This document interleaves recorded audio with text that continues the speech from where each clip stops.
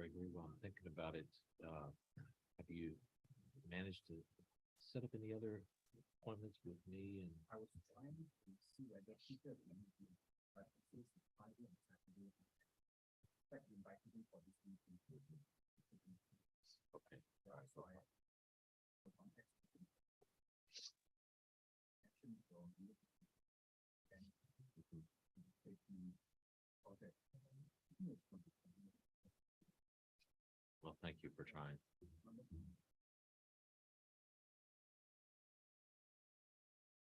Okay.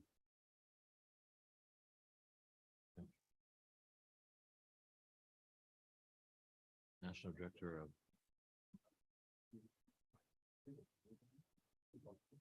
Oh, yeah, yes, of course. Right.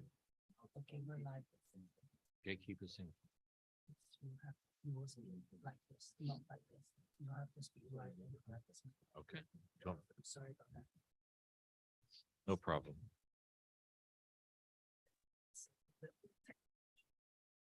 But it works.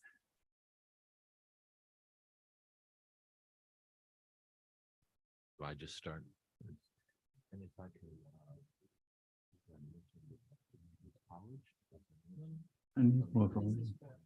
okay. Well, all right. Welcome, everyone. We will begin now our session. I'm Mark Beliles. I am the director, president of the Global Transformation Network, and also serve a new movement that has just begun in the last few years called Global Council of Nations. I help serve in that. And I'll be sharing a little bit about that organization a little bit later. But I wanted to just begin with talking about a little bit from my experience, my personal story. I was a pastor for 35 years in the United States, and I was able to do so much that I loved, and being a pastor of leading people to Christ and helping them grow and mature in Christ and growing and planting churches and praying for revival and all of those things, which was just a great honor and a privilege. I loved being a pastor. But very early on in my calling as a pastor, God did like a unique kind of paradigm shift that in me that was different from most pastors, because I began to understand my calling as a pastor was not just building a big church, but truly building big people, I would call it. Mainly trying to fulfill what Jesus said in the Great Commission, go and make disciples of all the nations. And that bigger idea of transforming nations, of impacting society around us, was what I understood was my calling, not just as to my own church and my own congregation, but to the nation and to my city, my nation. So this started me on a long journey of trying to learn how to do that. I have a PhD now which is in what's called Christian thought. And my lifelong, though, pursuit beyond just even the PhD has been in this area. What has the church thought about our mission over 2,000 years of church history? And I've studied church history in many nations around the world. And so I'm always constantly in a learning process as well. And so I've had the privilege as well, not just to study many throughout church history about what God has done in many nations, but to travel to almost 70 countries around the world, and have been able to see firsthand and observe what God's people are doing, leaders in the church around the world. And so I've been blessed to learn and gain so much from all of these things, as well as I've been able to share and contribute some of what God has given me. It was about 10 years ago, God transitioned me from being a full-time pastor just to do what I'm doing now, which is directing the Global Transformation Network and helping in this new movement, Global Council of Nations. So one of the things, before I'll say a little more about those organizations and ministries, let me just share with you something that I have observed. I've learned from my observation in both in many countries as well as in church history that if there is very little impact upon a nation, upon society through the church, there's 5 reasons for that. One is that one reason is just not enough Christians have a vision for changing the culture, transforming the nation.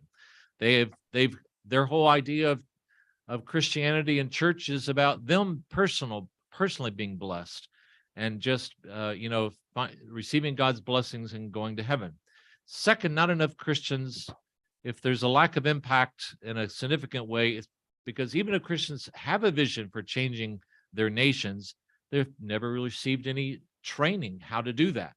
So there's very little actual impact because of that lack of training. Third, even if they've received a vision and training, a third weakness that I've observed is that Christians will maybe try to go out and make an impact in this society, but they do it rather isolated from other believers. There's no coordinated strategy to it.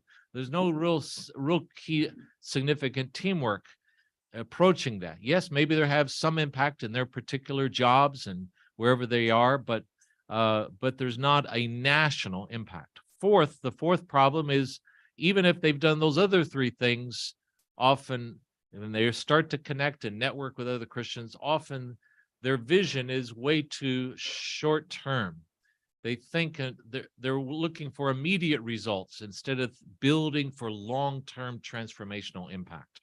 So instead of just thinking about maybe the next election or the next revival, we need to be thinking about maybe the whole next generation. And this is a key for really major impact. So that's been lacking. And finally, there's often been no plan for sustainable funding of whatever God has put on their hearts for doing that. So these are the weaknesses I've observed. And so a lot of what my work is with the Global Transformation Network is trying to help Christian leaders around the world to begin to shift and change and overcome these weaknesses and beginning to have an impact. But I want to go now to a few scriptural concepts that I think are important. And perhaps some of you have heard these things before, but when Jesus said, "I will build my church," in Matthew 16, he used a word that was really actually kind of shocking to, I believe, those who heard him at the time, because he used this Greek word ekklesia. And at that time, the word ekklesia was something that had no religious connection to it. Today, when we think of church, we usually think of a religious organization. We think of a place where these religious meetings happen, where there's singing, there's prayer, there's Bible study, and all of that is, of course, great. Those are important things we need as Christians to have. But really, the idea when Jesus said, "I will build my ecclesia," it had nothing to do with all those things. It was well understood in the Mediterranean world at that time. It came from the Greek idea, out of the Greek democracy, of the idea of citizens gathering in their communities and assembling together for the purpose of solving the problems of their communities. That's what an ecclesia was. It was in many ways kind of like a city council might be today, or knows it really had a political authority, but it was more than that. But it was a problem-solving group of people, citizens, to really overcoming the problems of the city. And so Jesus chose that word when he said, "I will build my church." He said, "I will build my citizen assembly, my group of citizens to work on bringing solving the problems of their city." That's what everyone at that time, when he said it, that's what everyone thought immediately. There was no other thought to it than basically a group of people solving the city's problems. And of course, the promise that Jesus said was, "And the gates of Hades shall not prevail." This is and this itself was symbolic language, because the gates were always symbolic going back to Genesis. Where did the government meet in each of the cities? It was at the gates of the city. That's where the elders would meet, in the gates, to govern the city, pass laws and hold court and really solve the problems of cities. So the gates was symbolic. It's like saying what we might say in City Hall or whatever your government buildings are here, you might say, or the White House, or you might say the Capitol or something. When you think of a place where government meets, that's what was meant here when Jesus says the gates of Hades shall not prevail. Now basically saying the government centers of darkness will be defeated when we do our job as citizen assemblies that are called by Christ to take our place in our communities the way Jesus intended. The problem is we have a lot of churches today who are not doing anything like that.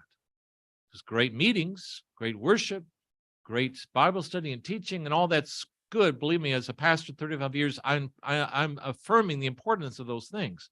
But it's just not what Jesus was talking about when he said, I will build my ecclesia. So to them, it was kind of a shock. I think, they thought, well, we thought we were going to be a part of a new religious group. But now you're saying we have to be a part of the citizen assembly to solve our city's problems. This is a different idea completely. And so Jesus used this message first off, and then at the very end of his ministry on earth, he also said, and you can go back on the slide, actually, the previous slide, he also said something else, is that that really was somewhat similar. Not just was he going to build his ecclesia, his citizen assemblies, but he also there at the very end, as he was about to ascend into heaven, he told them in Matthew 28, their mission was to go into all the world and do what? And he says, yes, preach the gospel to every creature. That's in Mark 16, that part. But in Matthew 8:28, he says, and make disciples of all the nations. Now, when he said this, it was also, I think, a paradigm shift that they had to go through. They weren't thinking of nations, the disciples up until this time. Maybe they're thinking of one nation, maybe Israel. In fact, after he rose from the dead, they asked him, is this now the time you're going to restore the kingdom to Israel? And of course, Jesus responded to them saying, it's not for you to know the times and seasons, but the Holy Spirit will come upon you. And so, but here he was clearly saying it's not just Israel, it's all nations. So, and I'm convinced at the moment Jesus said this, go and make disciples of all the nations, he had Singapore in his mind. I really believe it. He had the United States in his mind. He had India. He had Indonesia. He had Korea. He had China. He had every nation on earth in his mind. Now, there's no way the disciples would ever know of something called Singapore at that time. They wouldn't know of anything with that name. But Jesus, who knows the end from the beginning, already knew that someday this nation, Singapore, wherever nation you're from listening here online, your nation would be a part of his plan. And his purpose for you as the ecclesia of God, the citizen assembly, was to be a part of discipling your nation. This is not just winning souls out of your nation for heaven. It's more than that. It's actually make the nations themselves, bring them into discipline. The word disciple means to bring into alignment with the ways of God for not just individuals, but nations. Disciple the nations. And so this is a very important kind of way of thinking that I know very early on for me as a pastor, it changed all the way in which I thought about what success looked like. Instead of just having a lot of numbers on Sunday morning, I realized it wasn't that, it's what kind of impact disciple believers were having out when they went to their jobs, when they went out to their neighborhoods, when they went out and were as active as citizens in their nations. This was what success should be measured by. Now, I've written also a few books I'm going to mention here while I'm thinking about this. I've written a book called National Transformation. I don't know if you can see it on the screen there. I don't know, does it show up with the background, but National Transformation is a book that basically introduces this idea of the Great Commission being involved, not just in winning souls for heaven, but bringing discipleship of the nation. And I introduce in this book, 7 key spheres that really are the key areas of every nation. You can go to the next slide, and you can see that if you're there. 7 key spheres. I'll talk about that more in a minute. But also, before I forget, Jesus mentioned in the Great Commission something else. After he said, go make disciples of all the nations, he then said that they should expect certain signs to follow them. As they did what? As they sought to disciple the nations, not just win souls for heaven, but sought to be an impact in their society. And I began to read these 5 signs Jesus mentioned as not just personal miracles, if I need a miracle, but rather as national signs. If we're doing the Great Commission the right way, 5 things should be evident. 5 things in our nations. And there's symbolic language Jesus uses for each of these 5 national signs. One is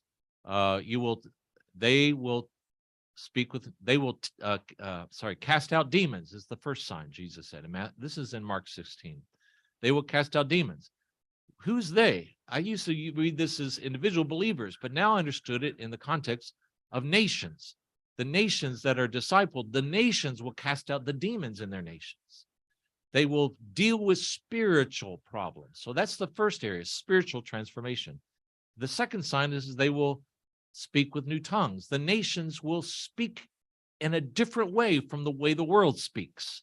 The world has its messages that sound good, their tongues, if you will, that are like at Babel. That's all those messages that Nimrod was giving were sounded good to people, but God said, no, it wasn't good. So God came down and made them all speak with new tongues. What? To stop what Nimrod was doing.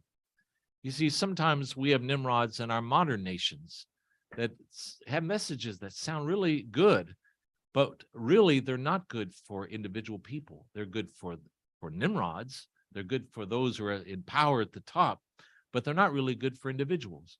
And so God made the people speak with new tongues at Babel to stop the bad messages that were there, the messages that Nimrod was putting forth. And I believe that's what Jesus is talking about here. So we're talking about here is when Jesus said, here's another sign. If you're doing the job, your nation will speak with new tongues. Your nation will start to speak, to think and speak in a different way from the world.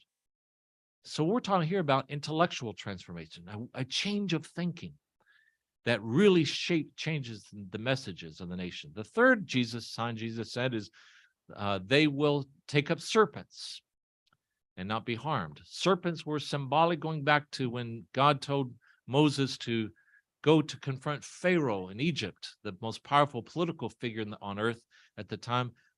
God told Moses, throw his stick down on the ground. It turned to a serpent. And then Moses had to pick it up then. And through this symbolic way of picking up that serpent, God told Moses, I'm going to use you to deal with the real serpent that you're afraid of, the powerful political man, Pharaoh. So when Jesus then was saying, here's another sign, if you're really changing the nation of Singapore, you will also be involved like Moses was, even in the political arena. You'll be changing the way things work there, different from the world's way, and bringing good in place of evil. And the fourth sign that Jesus says you will, then if you do the job, Jesus said the nations will drink deadly things and not be harmed. Now, this sounds really strange, but it really was something already Moses had said in his last message to the disciples in Deuteronomy 32.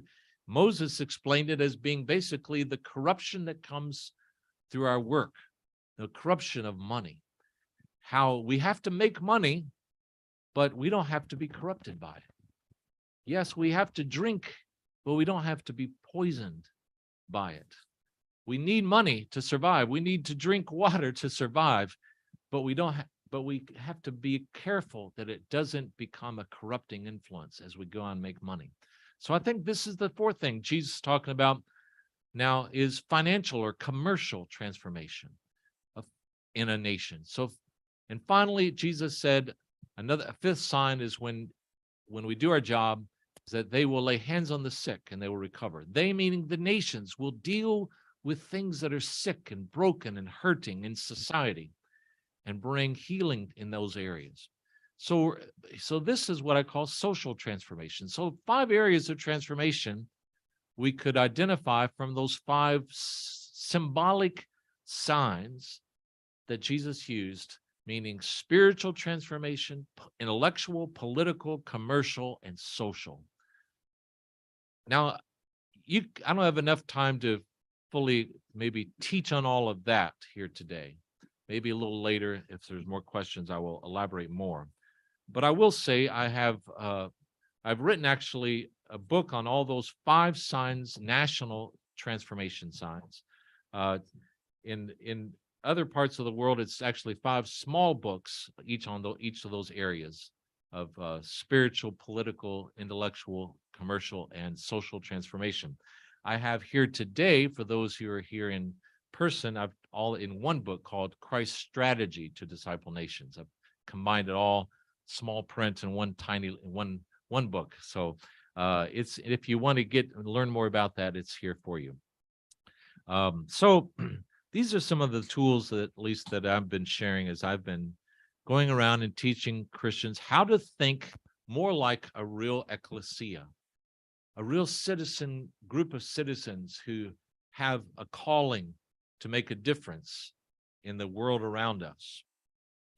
So it takes Christians who go out into this, where they're in their jobs, in their neighborhoods, in their families. And as you see on this slide on your screen there's 7 key areas that really we could say are the areas of influence that are most significant. Now you could add perhaps some other areas to this. Some people have different lists of things they prioritize, but some people call it 7 mountains, 8 gates, you name it. There's all kinds of spheres, domains. It doesn't really matter a whole lot of what you call it, but the good news is when Christians start to really think about the nation, the best way to think about it is to break it down into smaller sort of bite sizes. You cannot go out and think changing the nation is too big of a task. All right, well, what about just seeing change come to the families of Singapore? What would that look like? How do we do it? And it starts with, how to empower families and how to care for the elderly, how to raise up children, so many things, how to strengthen marriages that are broken, so many things that just empowering the family. And I know there's even here today in our meeting here in Singapore of people that are leading ministries for families. And that's so vital. It's key to really probably more than any other sphere of life, in my opinion. And so we have to go into this education, into schools and universities. We need to go into arts and media. We need Christians going into the business sector and health and welfare. We need Christians going into healthcare and science, into government and justice. We need all of these areas where we have leaders that are rising up who have been trained and are working together as teams effectively in those spheres where they are to see transformation come. If we just approach it in a haphazard way as individuals, we often will have little impact. Maybe it'll be something, but it's when we think about this as a team and as an ecclesia, as a strategic group of people, that's when we become far more effective for Christ. And that's what I've been trying to help Christians around the world begin to think about. How do we do this? In the center of this picture you see, if you're looking on the slide, I have the church. I put the church in the middle. Not that the church is necessarily any more important of a sphere of influence than the others. They're all important in a nation. But the church is in what I would say is when Jesus gave the Great Commission, he was saying the church's role is the training center. for the nation to be transformed. It's the church where that discipleship should happen, not just religious discipleship. And what I mean by that, it's not just because often we have all kinds of training programs in churches around the world that train more pastors, more evangelists, more worship leaders, more prayer leaders. And those are all good. We need that training. Don't get me wrong. But I mean, we put a lot of work into, building seminaries and Bible schools and training programs for church leadership. But when I ask many leaders around the world, all right, that's great. Now, where's the seminary, so to speak, for training the government ministry leaders or the business ministry leaders or these other spheres?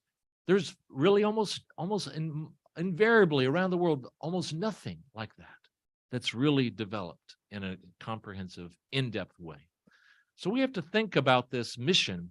And this is what I've discovered when I went back through a lot of church history. I realized the church historically used to do this. They took this mission very seriously. In fact, the whole creation of the idea of the university was something the church came up with in the 13th century.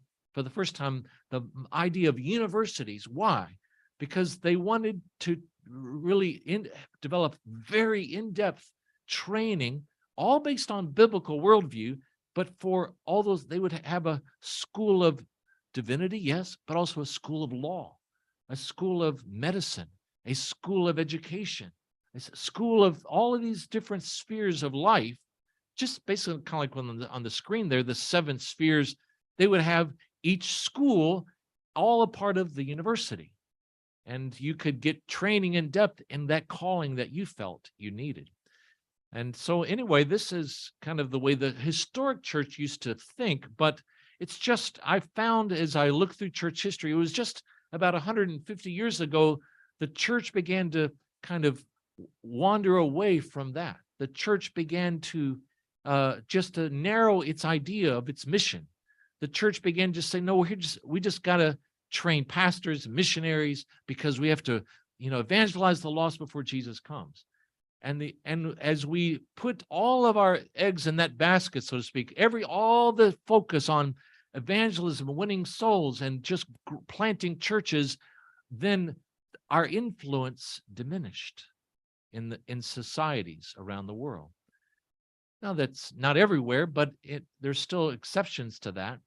But we've seen this has been the result. And more we have then the people that are running the hospitals and the media and the governments and the schools and all these spheres today. It used to be Christians in centuries ago, but today it's very few you find there. And if they are there, they often are kind of marginalized and isolated, and they have a whole nother agenda. There's a whole globalist agenda out there. There's where they have their whole strategy basically to disciple the nations, the World Economic Forum, you name it. They come together and the elites from all these spheres, they meet together and they develop their strategies and their agendas, and they put forth their agenda 2030 or you name it. And it's all sounds good, but if you look into the depths of it, it's usually pushing policies antithetical to our biblical principles,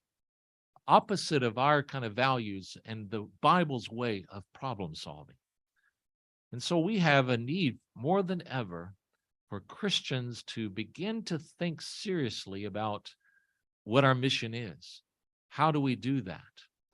And so intentional training in all the spheres will help develop leaders with the ability to shape public policy, to shape institutions in truly a significant transformational way. You can't change it from the outside. Just having prayer meetings for all of those people in the universities or the government or in all these things, it's good to do, but the only way to really change it is then to go on the inside, to be there as servant leaders, being a part of the solution, shaping new directions, new policies for those institutions of life. So how do we do that? One of the things, if you go on to next 2 more slides forward, if you're looking at that I think it might be helpful. a biblical worldview that really shapes a nation in God's way of thinking. In some ways, I've tried to symbolize it here in this diagram of a building that basically I've put 10 things on this building. All of these things come from the 10 Commandments in the Bible. Most people don't even understand what the 10 Commandments were for. They really were not for the church. The 10 Commandments did not have a religious purpose.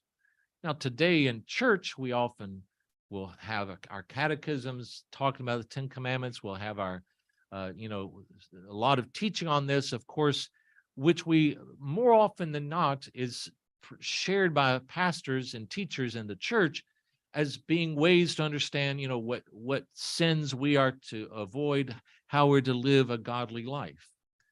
And we've present the 10 Commandments as, in a sense, a personal religious kind of paradigm of life. But that really is not what the 10 Commandments were given to Israel for that purpose. God took Moses up to the mountaintop and gave him the 10 Commandments, and then he sent him down to the leaders, the government leaders of Israel. He gathered the elders. The elders were the statesmen, the civic leaders, the government leaders of the different tribes of Israel. And so he gathered the elders and the judges. They were the governors of the cities. And he presented the 10 Commandments to them. Technically, he didn't present the 10 Commandments. It wasn't called that initially. It was just called the Book of the Covenant. Later, as the 10 Commandments are mentioned, but the 10 Commandments technically was just the preamble, the introduction to the Book of the Covenant. But the Book of the Covenant was what, if you had your Bible, if you really want to know what is the Book of the Covenant, it's primarily 4 chapters, Exodus 20 through 23, 4 chapters was the Book of the Covenant. And Exodus 20 it opens with the 10 Commandments. It's like an opening statement, a preamble to the whole Book of the Covenant. But the Book of the Covenant included all kinds of laws that were basically trying to apply these 10 transcendent ideas that the 10 Commandments summarized.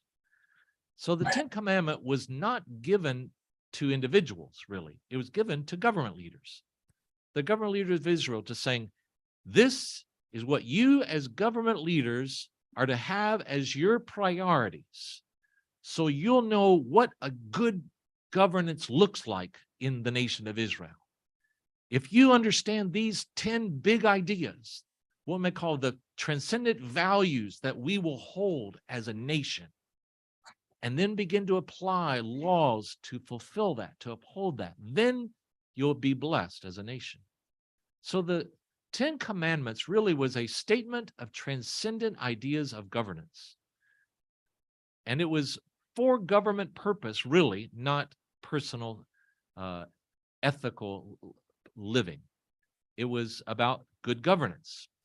In what does a good society look like?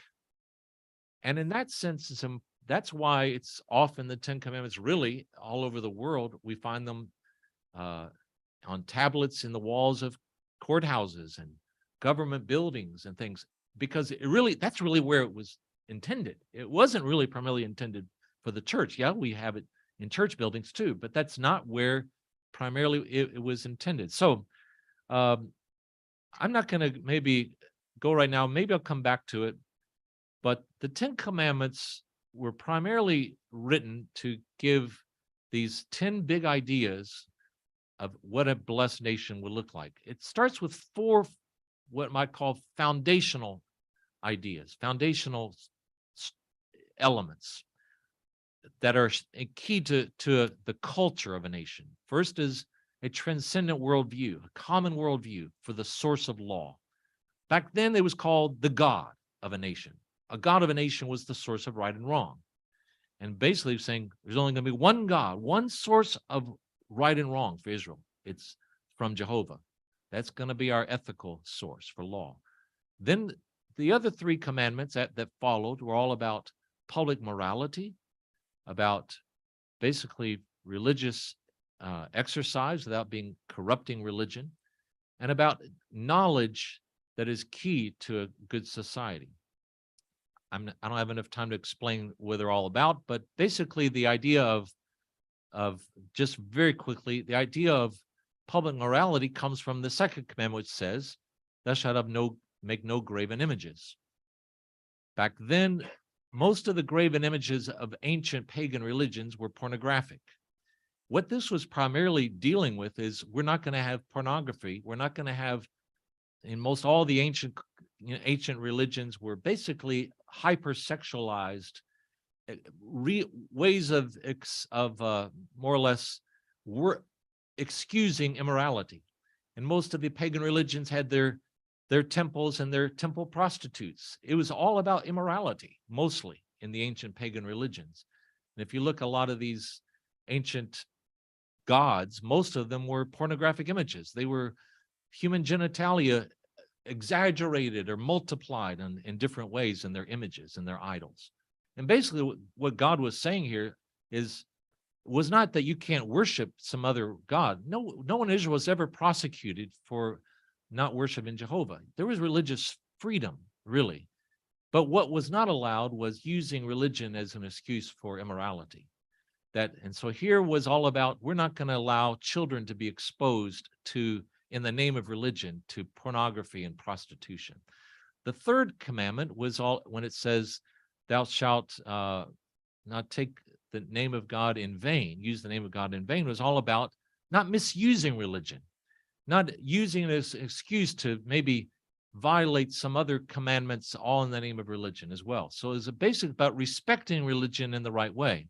And the fourth one was about, thou shalt remember the Sabbath day to keep it holy. But it really wasn't primarily about religion there either, but it was primarily about knowledge. Why do I say that? Because he explains in that commandment more fully, says what they were supposed to do on that day, what they were to gather to remember that they were once slaves, they were in slavery, but God brought them out. So the act of remembrance was an educational purpose, and every family was to do this. Why? Because it's only understanding the reasons for slavery and oppression and the way out of it that's key to the survival of a nation. So the Sabbath day was primarily educational in its intent. There's also, of course, you could stop your work and other labors on that day, but if you just kicked back and didn't go through the educational process that day, you missed the point of what the Sabbath day was for. So these are all key to a nation culturally. These are the things that, in a sense, make a nation possible to be blessed. I put a line on that graph, kind of shows this is like ground level. These are the things that are sort of below the surface that you normally don't think is important in governance, but they're key. They're like the bedrock of a building. If you don't have public morality and respect for religion and educational kinds of systems in place, and basically one transcendent worldview, your nation is going to crumble. Now let's go on to the other 6 commandments. Sometimes we call this the second table of the law, but really it's the more overtly obvious governmental principles. And it begins with the family institution. The family was what God was talking about when the next commandment says, honor your father and your mother. And it's the only commandment that was stated in a positive way. All the others were negative. All the others were saying, thou shalt not, meaning the government had limited powers, but just to protect these other areas. But when it came to the family, there was no limits on the power of government. The government was basically authorized in Israel to do everything it could to strengthen and protect the family institution. That was clearly the most important institution in society in Israel. In the mind of God, the family was far more important than the government itself. It was the institution that government was most of all to use its power to strengthen. And so this is not about us individuals honoring your mom and dad. This is about the government honoring the family, doing what it can to protect the family. And it's the only commandment that had a promise with it. What was the promise? It'll go well with you and you'll live long on the earth. Now, if this was just a personal promise, there's many people who have honored their parents but died young. You know, that doesn't, it's not an individualistic kind of commandment at all. That is, and so what this is about is saying to as God gave these 10 commandments to the government leaders of Israel, saying, listen, if you, the government of Israel, if you will empower and protect the family, then Israel as a nation will be blessed in every way. And it'll last a long time. It'll be a civilization that will be stable and prosperous and blessed because it protects the family. That's the promise. It's a civilizational promise rather than a personal one. And goes on, the next four commandments all deal with basically the government protecting human life, protecting private property, protecting the institution of marriage, and protecting the system of justice. What we call the commandments that we think of: thou shalt not commit adultery, thou shalt not steal, thou shalt not kill, thou shalt not, I can't think of the word for, thou shalt not bear false witness. That's all, that was for the justice system. So those are four sort of inalienable rights for all citizens, to those rights are protected. And finally, the last commandment, thou shalt not covet, was not it's not about us individuals being, making sure we don't have bad attitudes and lust in our hearts for something else.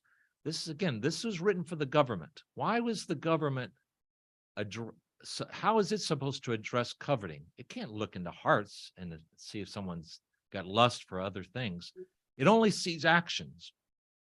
And so the idea here was for the government to just simply do everything it can to protect individuals in their choices with the things that belong to them: their families, their spouses, their children, their jobs, their homes, their property. The government was to maintain maximum freedom of choice in everything else, as long as it doesn't violate human life, private property, the marriage institution, or the system of justice. As long as it didn't violate those inalienable rights, the government's job here was keep people out of each other's business, basically. Don't overregulate the government itself in this, but just protect everybody's choices with everything that they have. So this is a very quick summary of the 10 Commandments in a way that probably most Christians never hear it, because we don't read the Bible the way the Bible actually presents it. We kind of read it with a religious filter over our minds. We kind of read everything in a religious way. But this was not about religion. Even though these commandments came from God, it's about what makes a good nation. And so these 10 things are good. These are not just 10 transcendent ideas that were good for Israel. This is good for Singapore. This is good for the United States. These 10 things would be great for any nation on earth. If a nation does these 10 things, if its government will protect these 10 things, that nation is really going to be blessed. That's the idea here. Now, I presented all of that just to give you a sort of a challenge in some ways. Do we even understand as individual believers how to be an ecclesia, how to be a citizen assembly that understands what's good for society based on the Bible? Do we understand what makes a good nation? Do we have any grasp of this? You know, one of the greatest things I've found sometimes as I've gone around the world is I run into Christians who say, God wants me to go into politics, go into government. And so they feel all excited about this and convinced God's called them. And so they want to go in there.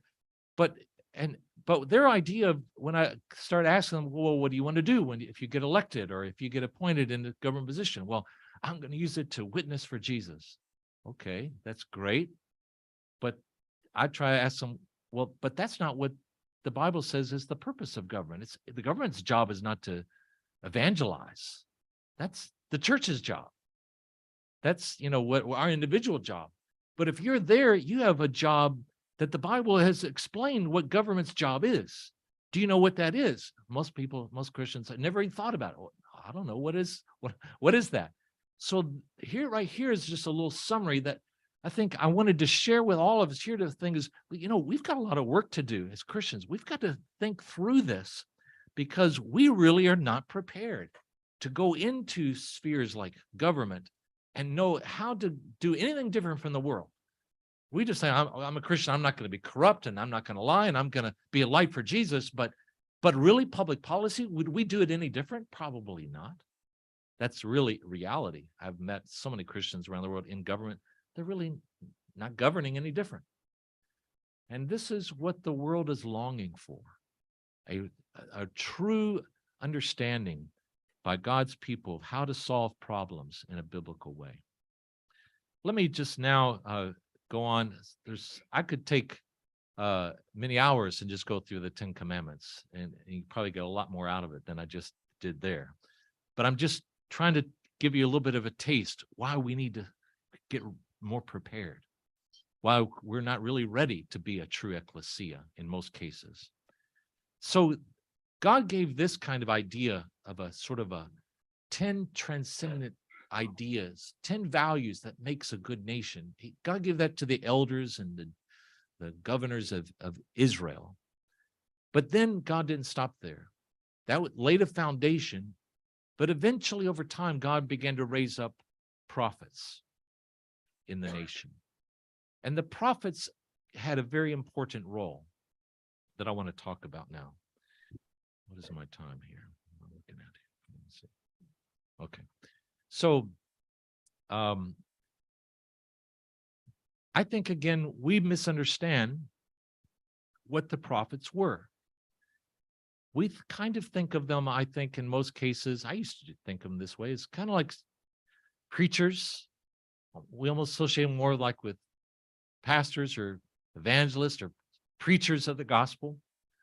But that's not really what they were. In fact, almost all prophets, vast majority, they didn't come from the religious community. Their work wasn't like in the priesthood.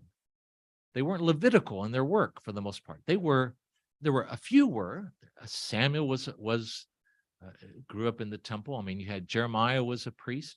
There were a few, but Moses was not a priest. And almost all of the prophets, really, in fact, we can identify about 50 in the Old Testament by name or at least mentioned. And about the 50 prophets of the Old Testament, all but a handful came from other walks of life. They were farmers like Amos. They were businessmen like Isaiah. They were women like Deborah. Or they were all kinds of walks of life. They had many different professions, many different vocations that they were involved with out in the world. So what made them a prophet? It was, I submit to you, one, it was their focus of the passion of their thought and their work. Their focus was on society at large. Whereas the priest's focus was on redemption, the sacrifices in the temple, and teaching the law. But the prophets weren't focused there. They weren't speaking in the temple for the most part. Occasionally, there might be a visit by a prophet to the temple. But the prophets weren't in the temple speaking. They were out in the public square where the common people were, or they were in the halls of power at the courts of the kings, or in the government officials. They were out in where the nation worked and lived and operated. They were not in the religious community like we think of them. So to think of them like as religious leaders would be misunderstanding them. They were not leaders in that sense.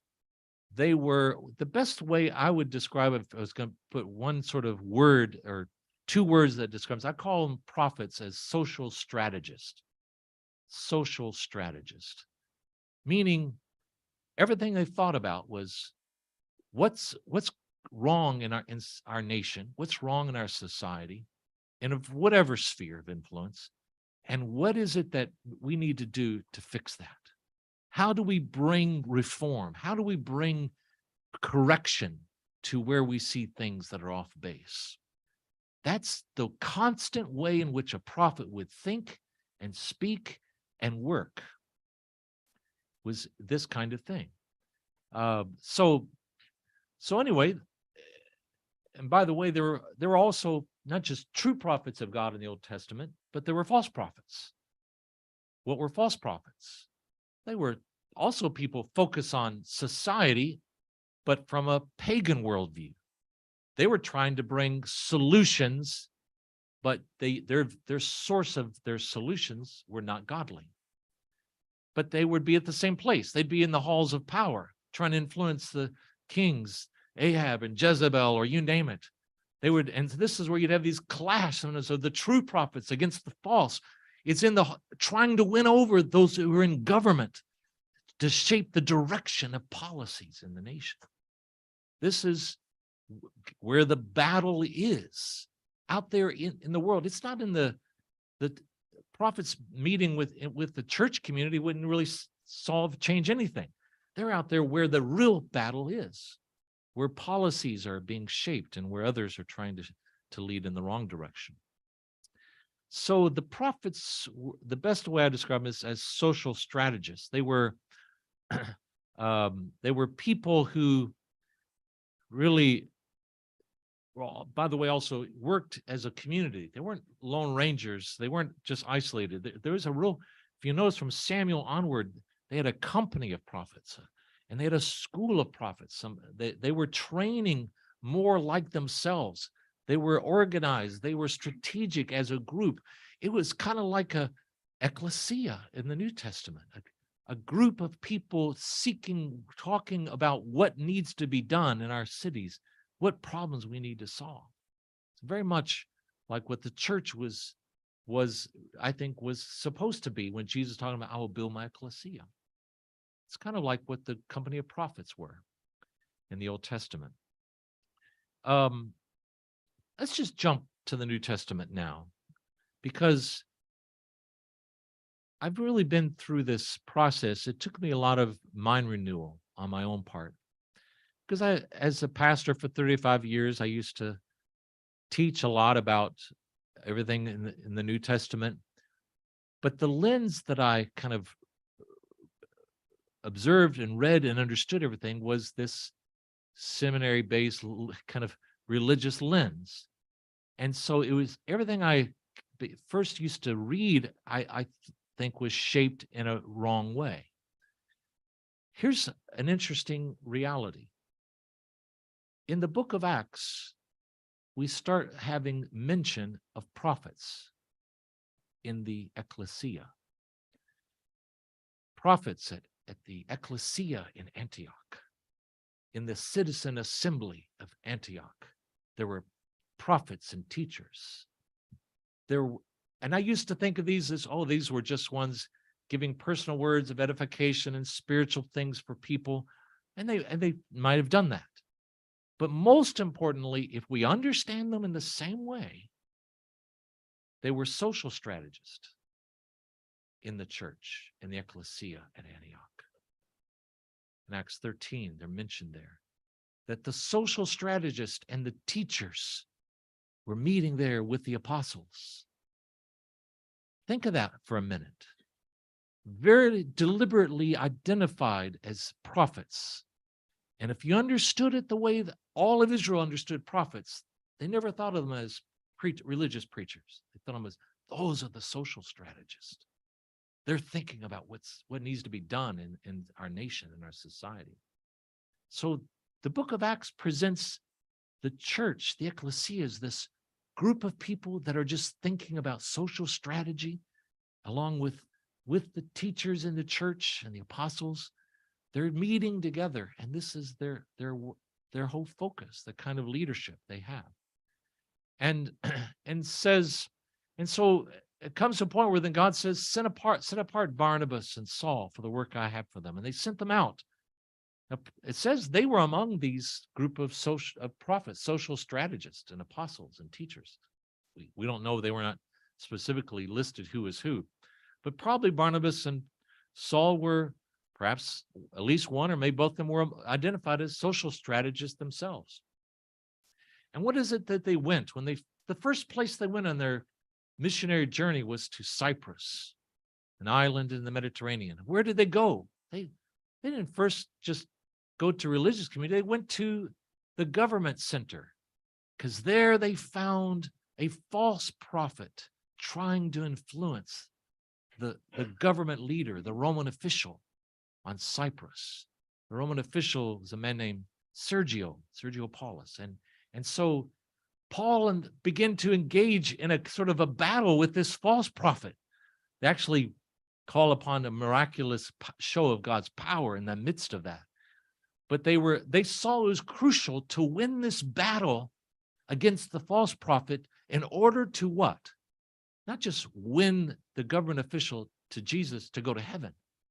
It was a social strategy intended beyond even just heaven, but to begin to shape a political leader that could help be a part of God's plan for that area. And they were successful, won Sergio over. Then they went to another place in Athens, and they went to Mars Hill. That was where the government met. And there Paul preached, and what happens?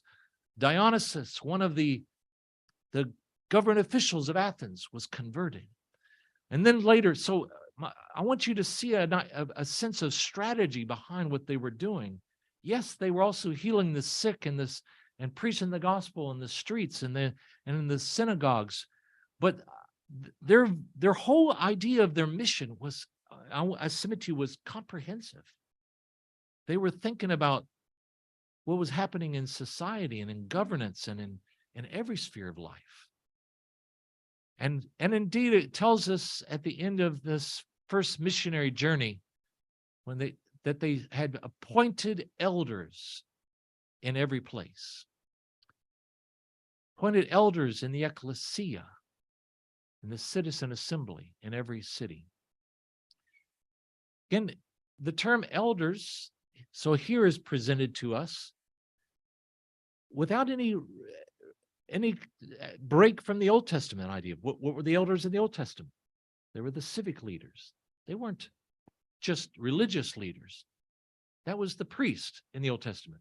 The elders were the civic leaders of the tribes concerning with society and governance and policy.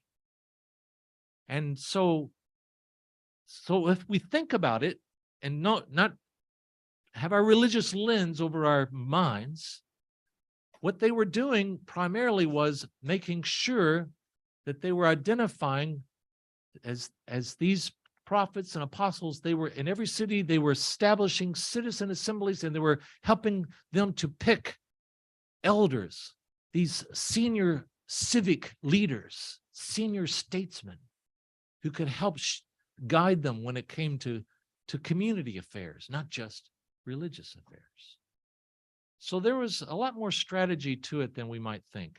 So the New Testament then is a place where then is far more comprehensive in what they understood as what the job of the ecclesia was than we often think about.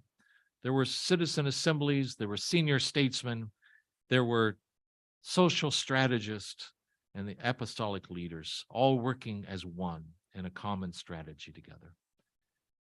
I want to now take the last 30 minutes I have today and talk a little bit about, from my vantage point, what I think God is doing around the world today.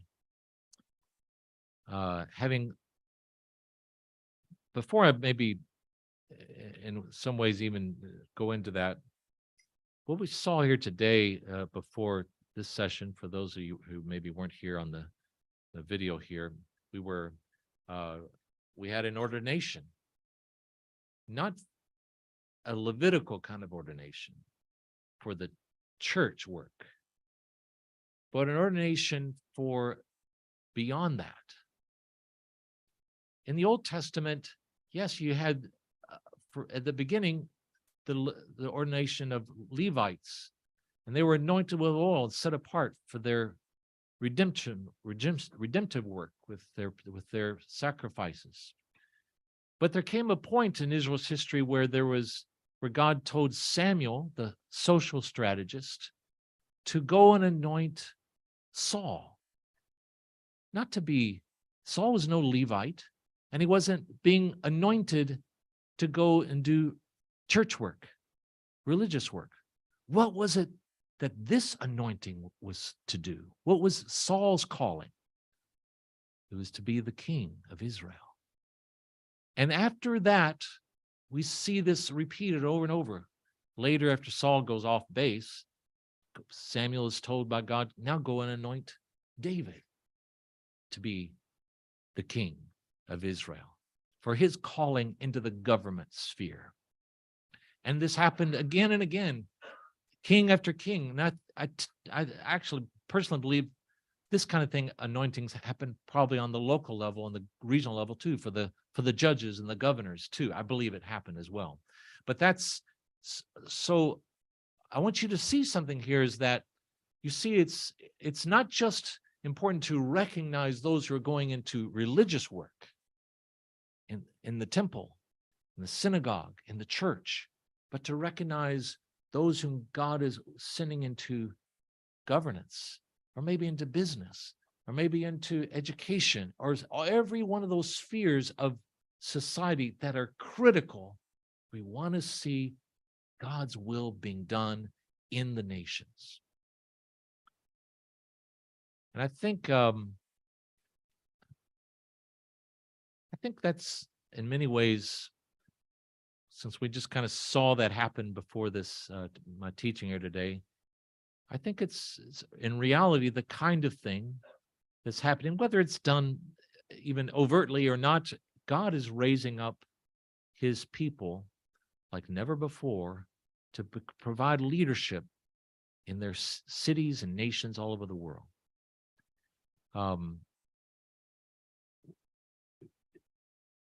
I think one of the, let me go on to the next slide first, and then I'll mention this. Oh, if you're still showing the slides, you can.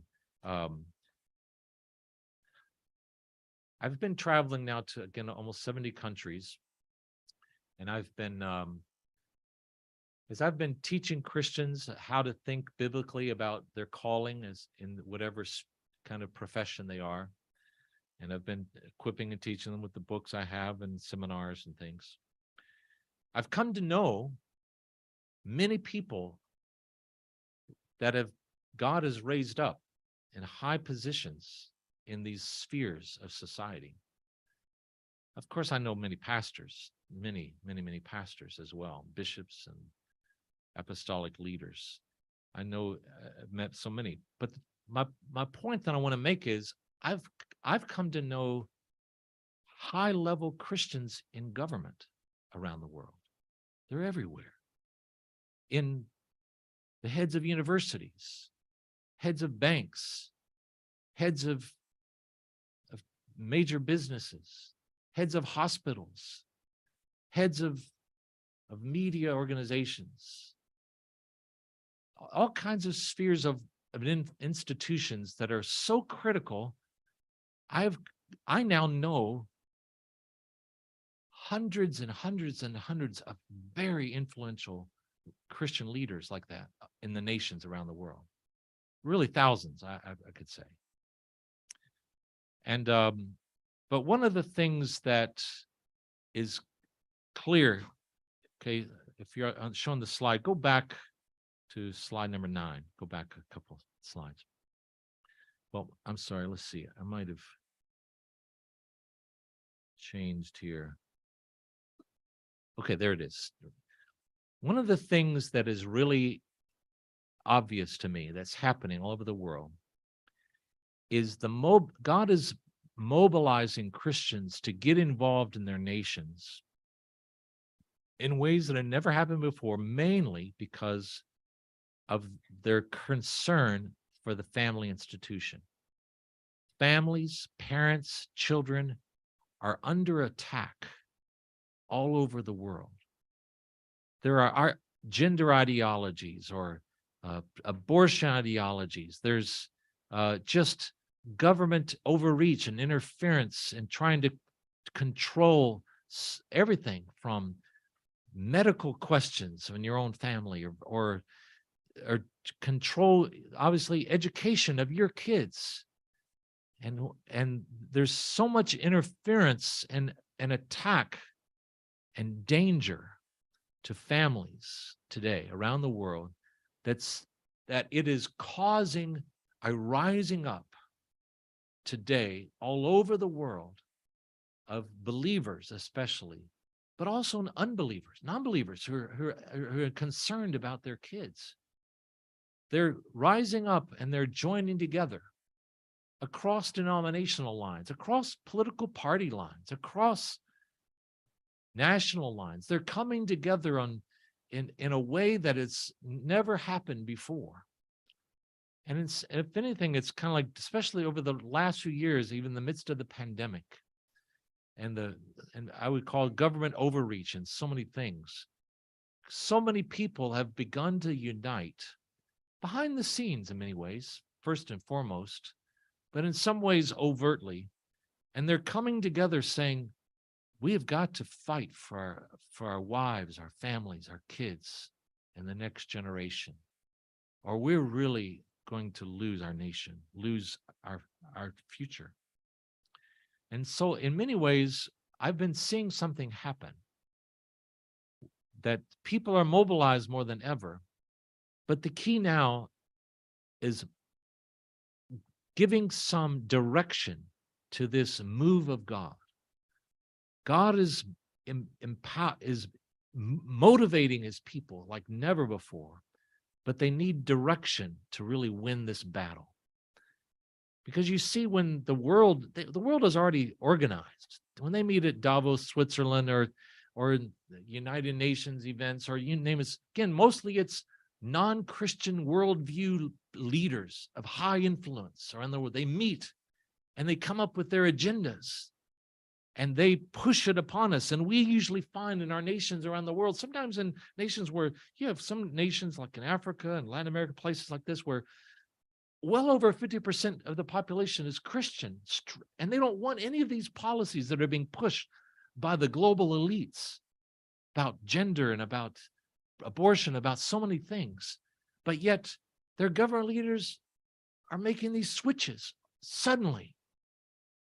And they're changing the policies and laws overnight sometimes. They think, I never imagined my country would do that. But all of a sudden now they're allowing things that the vast majority of people wouldn't support. If it was put to a public vote, they wouldn't support it. But they're doing this. Why? Because of a global elite strategic pressure, using economics, using promises of loans, using diplomatic pressure, using all kinds of things that the world uses to push these things. And we find ourselves, Christians that find themselves sort of on the defensive, finding, how do we stop this? Well, the good news is God is raising up his people and now starting to bring unity to his people. To win in World War II, it took a united strategy.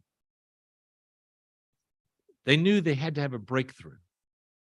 And so the generals came together, the Joint Chiefs of Staff, and they developed a plan. It was well over a year in its planning. And they said, we're going to focus on one spot, Normandy, in the north of France. And we're going to get all of our resources, Army, Air Force, Navy, Marines, intelligence services, everything. We're going to say, even though we really need to win battles everywhere else too, but for us to bring a breakthrough strategically, we need to work together, at least in one place. And when they did that, we call it D-Day today. The breakthrough happened. A beachhead was established, and it began to turn that war. And eventually the war was won. I see this happening now on a global level by the church. A few years ago, I was with another Christian strategic person, a social strategist, and he was expressing the need for this. He said, he asked me, because he knew I traveled far more than anyone else he knew, he asked, is anybody uniting the highest level of Christians that are in government and business and education around the world? Is anybody connecting these in a strategic way so they can work together the way the world does? And I said, I'm not aware of it. I began to do some more due diligence and did a lot more questions saying, is there any sort of Christian alternative to the World Economic Forum and its agenda, or anyone else? Is there anything out there? And I couldn't find it.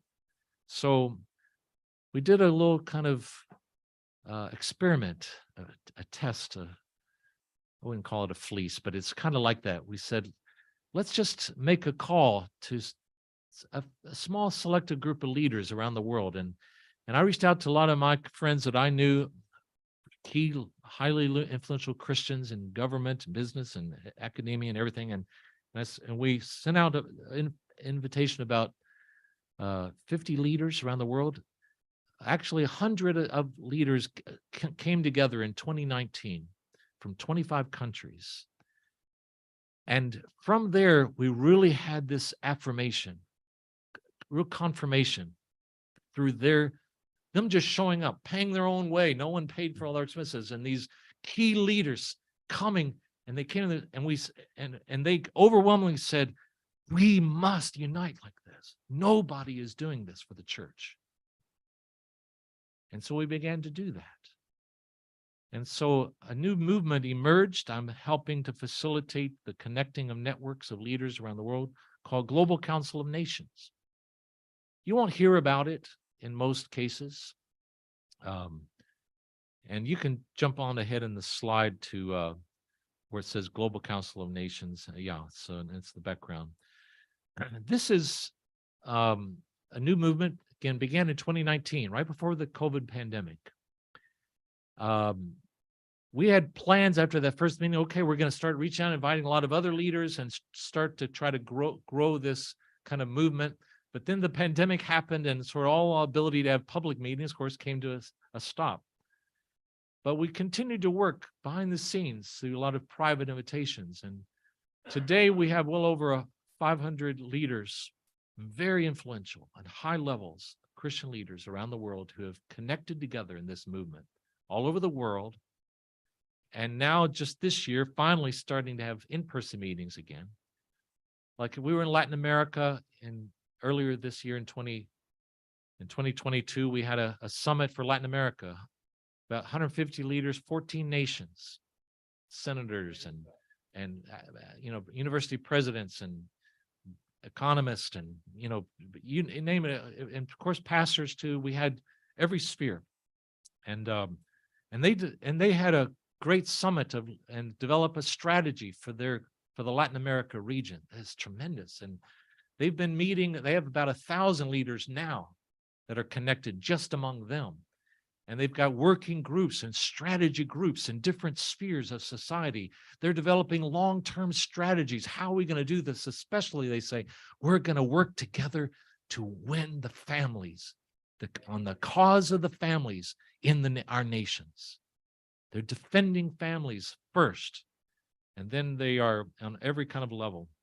And so, and then we had a North America summit this year in person. And we hope to do one in Asia later this year, and again in Africa and in Europe. But so it's been growing by God's grace despite the pandemic, and in some ways helped by the pandemic in some ways, because it's kind of like Christian leaders became more aware than ever of the danger out there through a lot of other policies of nations. They became aware of things and the Great Reset and all kinds of radical things that are being said of what the global elite are trying to do. And we are, and so these leaders are connecting. God is just bringing them kind of like, they maybe can't explain it, but they're just slowly heading toward the ark, and like the animals come two by two, God is bringing them there. And and they're beginning to build solutions for to avoid catastrophic destruction. How do we do that? How do we bring transformation? I will say this, a few more thoughts about this, because this needs your prayers, most of all. Maybe you need your help to identify key leaders you know that are really highly placed. This is the thing, is this is not for just any Christian. It's invitation only for those who are highly placed, that have the ability to shape policy, have the ability to maybe really change institutional patterns in different spheres. So it's not for just any Christian. It's very selective, and someone has to sponsor each person. So it means it has to be someone that's vetted and understood as a person who really has good character, even not just high influence, but good character and a biblical worldview, an approach to nations different from the world's approach. And so if you go to the website, which we have it there on the slide, you won't see religious language there. That's deliberate, where our public persona is not religious. We're just leaders who want to engage in the common problems that our nations face. And so, but yet for you to know, it's mostly Christians that we're gathering together, because we solve problems different from the way the world does it, with our values and our system, our way of thought, our transcendent principles. And so it's something that's in the works. I'll go on the next slide, if you would. It just gives a few more thoughts on this. I mean, it's a secure invitation-only Christian alliance of high-level strategic partners from multiple spheres of influence. It's really to help these global leaders to bring solutions. It involves forums for dialogue, as well as for those high-level leaders, mostly peers to peers, Christian leaders. You know, this might be, sometimes you might have a Christian leader who's often, maybe he's a rare one. He's a minority in his nation's government or his nation's academia or something. And he's often maybe even, attacked and persecuted in his own nation. There's not many like him. But this gives an opportunity for him to connect with others like him from other countries and share ideas, and not just offer fellowship, but really the most important thing, it's not just about a fellowship group, but it's to develop strategy. How can we solve problems differently? How can we help each other do that? And so it's a multi-layered approach of connecting leaders by global regions, but also by projects, different projects dealing with family, with healthcare, with immigration issues, maybe economic issues, government issues, all, you name it. There's a variety of projects, focus groups, and we work together and begin to develop, different thoughts. Go on to the next slide, if you would. And so anyway, I've already mostly explained some of this. And anybody that wants to be a part has to make a privacy promise. Basically, like I says, you won't see names of who's involved in a website. You won't see it in any newsletter anywhere. You won't see pictures and names. It's not about getting notoriety. It's not about public press. Basically, we want to win. That's the bottom line.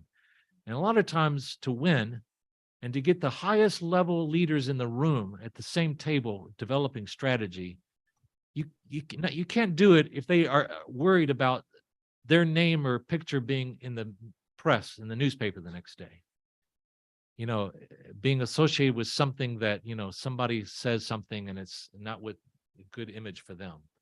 And especially in some parts of the world, in some regional countries, it could be very sensitive. So it's all private. It's completely unable to be, no one's doing it for, any personal gain. So, and here's the miracle: to get very powerful Christian leaders together when they're not going to get, no one's going to know they're doing it. They're not going to get any credit in the public.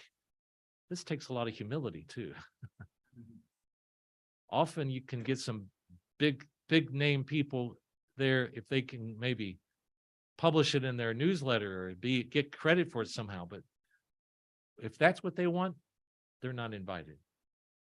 It's about being servants for the sake of God's kingdom, in the nations of the earth. And so the good news, just for you to know, so online, you'll find things that we've been doing, but go on the next slide, if you would.